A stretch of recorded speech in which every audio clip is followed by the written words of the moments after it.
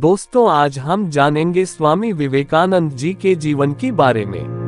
स्वामी विवेकानंद, जिन्हें अस्थायी रूप से नरेंद्रनाथ दत्त के नाम से जाना जाता था, एक भारतीय सन्यासी, धर्मनिरपेक्षता के प्रवक्ता और आध्यात्मिक नेता थे।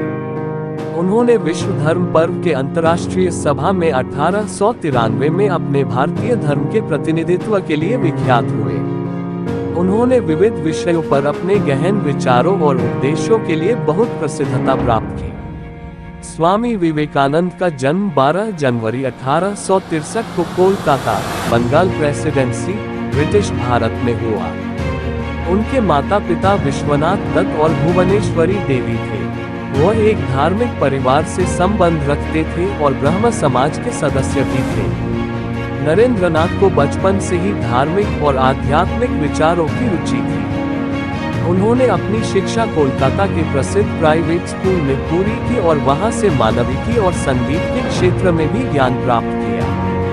1881 में उनके पिता की मृत्यु के बाद नरेंद्रनाथ ने गृहस्थी को त्याग कर सन्यासी बनने का निर्णय लिया।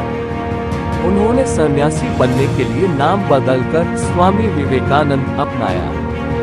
स्वामी विवेकानंद का प्रमुख उद्देश्य भारतीय संस्कृति, धर्म और आध्यात्मिकता को बाहरी दुनिया के साथ साझा करने का था।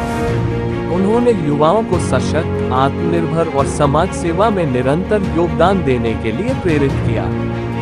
वे धार्मिक सहिष्णुता, विश्वभ्रातृता और व्यक्तिगत उन्नति के पक्षधर थे।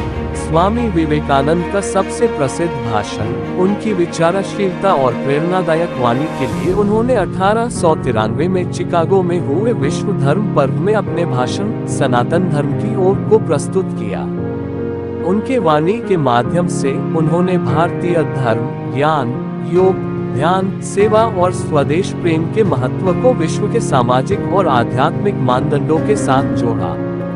स्वामी विवेकानंद की अद्भुत प्रेरणादायक कथा, विचारों की गहराई और आध्यात्मिक उपदेशों की महत्वपूर्ण यात्रा ने उन्हें देश विदेश के कई लोगों के दिलों में महान आदर्श के रूप में स्थापित किया। स्वामी विवेकानंद ने 4 जुलाई 1902 को बेलूर मठ, कोलकाता में अपनी अंतिम सांस छोड़ी। हालांकि उनका विचार और योगदान आज भी हमारे जीवन में जीवंत है और लोगों को प्रेरित कर रहे हैं।